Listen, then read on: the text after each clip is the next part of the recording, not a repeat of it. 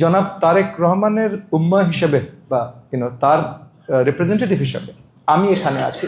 এই সরকার জনাব তারেক রহমানের নেতৃত্বে, মানে আমাদের মাননীয় প্রধানমন্ত্রীর নেতৃত্বে এই সরকার এসছে আপনাদের সেবা দেবা। এই প্রত্যেকটা জিনিসের এখন আমরা আইনি মামলায় যাব। হুকুমের 1 নম্বর আসামি তো ভাই প্রার্থী নিজে, মামুনুল হক। ববি হাজ্জাজ নামে একজন শিক্ষা প্রতিমন্ত্রী, তিনি একটা বক্তব্য দিয়েছেন, যে বক্তব্যটা অলরেডি ভাইরাল হয়ে গেছে। তার বক্তব্যটা হলো আল্লামা মামুনুল হককে কেন্দ্র করে।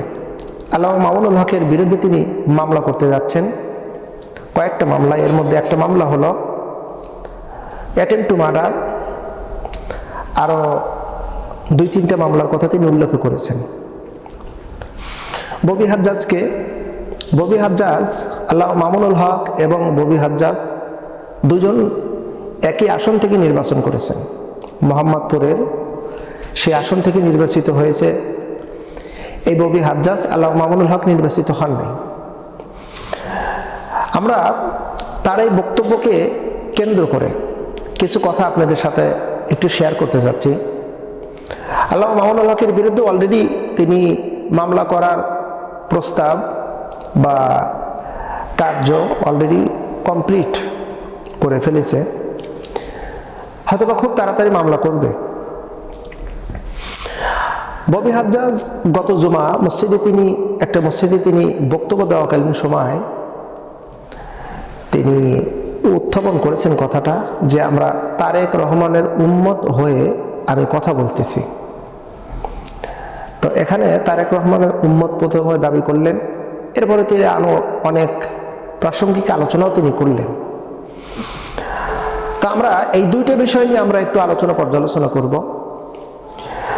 ইতিপূর্বে নির্বাচনের পূর্বে বিএনপির যেই চেয়ারম্যান, বর্তমান প্রধানমন্ত্রী প্রাইম মিনিস্টার তারেক রহমান, তিনি নির্বাচনী ইস্তেহারের মধ্যে একথা বলেছেন যে আমরা যদি নির্বাচিত হই তাহলে বাংলাদেশের কোনো আলেম ওলামা নির্যাতিত হবে না, আলেম ওলামা নিরাপদ থাকবে, এমনকি ইমাম মুয়াজ্জিনদেরকে আমরা বেতনের আওতায় নিয়ে আসব, অর্থাৎ গ্যাজেটভুক্ত করব।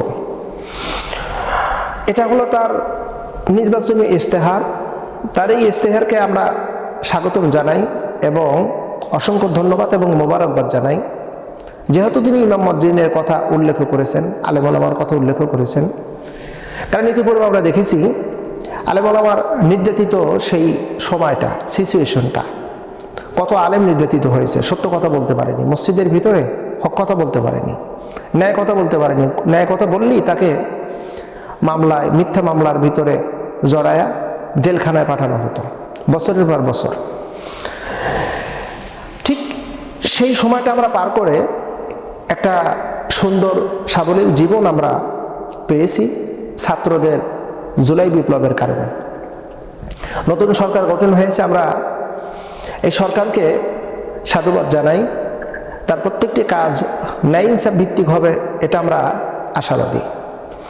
কিন্তু ঘটনাক্রমে এই ববি হাজ্জাজ অর্থাৎ শিক্ষা প্রতিমন্ত্রী ববি হাজ্জাজ, সে আল্লামা মামুনুল হকের বিরুদ্ধে অলরেডি কথা উত্থাপন করেছে এবং মামলা করবে, এ ব্যাপারে সাংবাদিক সম্মেলনও তিনি বলে ফেলেছেন এবং এই কথাটা সোশ্যাল মিডিয়াতে ভাইরাল হয়ে গেছে। সোশ্যাল মিডিয়া খুললেই দেখা যাচ্ছে ববি হাজ্জাজের সেই বক্তব্য, আর তার বক্তব্যের পরিপ্রেক্ষিতে অনেক কমেন্টসগুলো করতেছে লক্ষ লক্ষ মানুষ, যারা ববি হাজ্জাজের এই কথাটা পজিটিভ নাকি নেগেটিভ, কমেন্টসগুলো যদি আমরা একটু পর্যালোচনা করি তাহলে অনেক বিশাল বিস্তীর্ণ হবে, লম্বা হবে। আমি অত দূর কথা বলবো না বা লম্বাও আমি করব না। আমি শুধু এতটুকু কথা স্মরণ করে দিতে চাই যে আপনারা ইশতেহারে বলেছেন ওলামায়ে কেরামদের উপরে নির্যাতন করবেন না, ওলামায়ে কেরামদেরকে আপনারা নিরাপদ রাখবেন, ওলামায়ে কেরামদেরকে আপনারা যথেষ্ট পরিমাণে সম্মান ইজ্জত দিবেন, আমরা আশাবাদী। কিন্তু ববি হাজ্জাজ তিনি এই কথাটা বললেন, কেন বললেন, কি জন্য বললেন? ববি হাজ্জাজের কি এত বড় অপরাধ করলো যে আল্লামা মামুনুল হকের বিরুদ্ধে মামলা করার জন্য অলরেডি ঘোষণা দিয়ে দিলেন আপনি? আমরা এই কথাটা বলতে পারি, দীপ্ত কণ্ঠে বলতে পারি, উচ্চ কণ্ঠে বলতে পারি, আলেম ওলামার বিরুদ্ধে যারাই পদার্পণ করবে তারা কিন্তু বেশি দিন টিকে থাকতে পারবে না, তাদের পতন কিন্তু অনিবার্য। যার দৃষ্টান্ত আমরা এই গত কয়েকদিন আগের ঘটনা দেখেন, 5ই আগস্টের সময় যারা পতন হলো, এদের পতনের কিন্তু মূল কারণ হলো ওলামায়ে কেরামদের বিরুদ্ধে অবস্থান করেছিল। ওলামায়ে কেরামদের বিরুদ্ধে অবস্থান করার কারণে এদের কিন্তু পতন হয়েছে।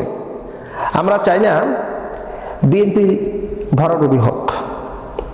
ববি হাজ্জাজ যে কথাটা বলছে, আল্লাহ মামুনুল হক, আল্লাহ মামুনুল হককে ববি হাজ্জাজ আল্লাহ মামুনুল হকের সাথে তুলনা করে, না, আমরা এটা মেনে নিতে পারি না।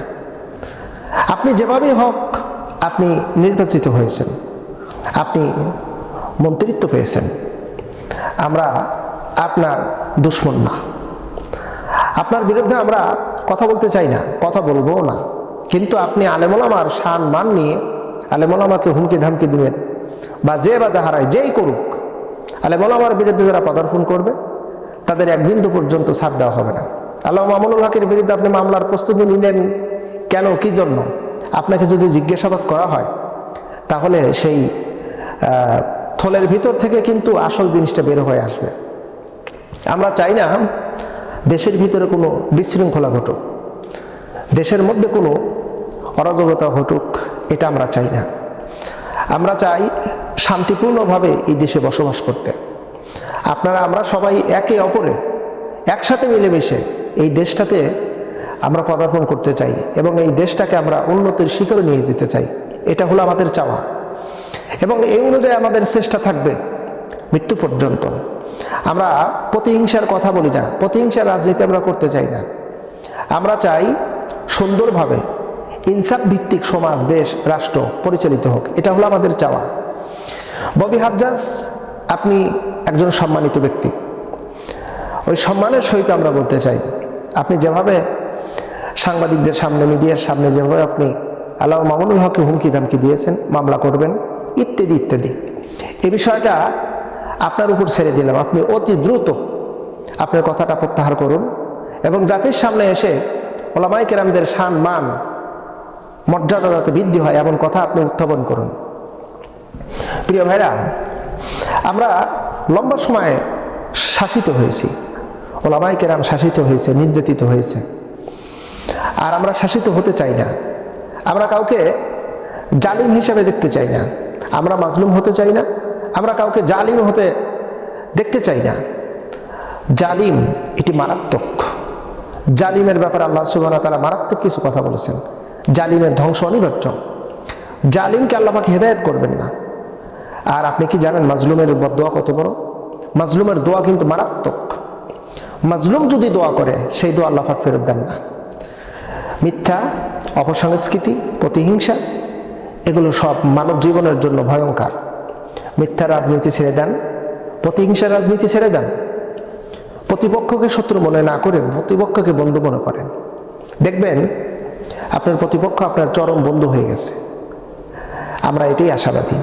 দেশের বিভিন্ন স্থান থেকে, বিভিন্ন জায়গা থেকে বিভিন্ন কর্মকাণ্ড আমরা আমাদের চোখের সামনে ভেসে উঠতেছে, যা দেখার পরে আমাদের হৃদয়ের ভিতরে রক্তক্ষরণ শুরু হয়ে গেছে। আমরা প্রতিবাদ করলে আপনারা আমাদেরকে ট্যাগ লাগাই দিবেন যে আমরা জঙ্গি, আমরা সন্ত্রাস, কিন্তু না না, আপনারা অন্যায় করবেন, দেশের ভিতরে অন্যায় অকারেন্স হবে, আমরা প্রতিবাদ করব, এটাই তো আমাদের স্বাধীনতা। তারপরেও আমরা চুপচাপ করে আছি। কেন চুপচাপ করে আছি? কারণ আপনাদের বিবেক আছে। আপনারাও একসময় মাজলুম ছিলেন, আমরাও মাজলুম ছিলাম। তো মাজলুম অবস্থায় থেকে আমরা বুঝতে পেরেছি মাজলুমের কত বড় কষ্টদায়ক জীবন। অতএব আপনারা আর জালিমি হয়েন না, জালিম হয়েন না, বরং মাজলুমদের প্রতি সহায় হন। আসুন আমরা প্রতিহিংসার রাজনীতি ছেড়ে দিয়ে হাতে হাত রেখে কাঁধে কাঁধ মিলে একই রাস্তায় চলে দেশ এবং জাতির উন্নতির যে সমস্ত কাজ, সেই কাজগুলো আমরা করি। আল্লাহ সুবহানাহু ওয়া তাআলা আমাদেরকে সঠিক সমঝ দান করুক। আমিন সুম্মা আমিন।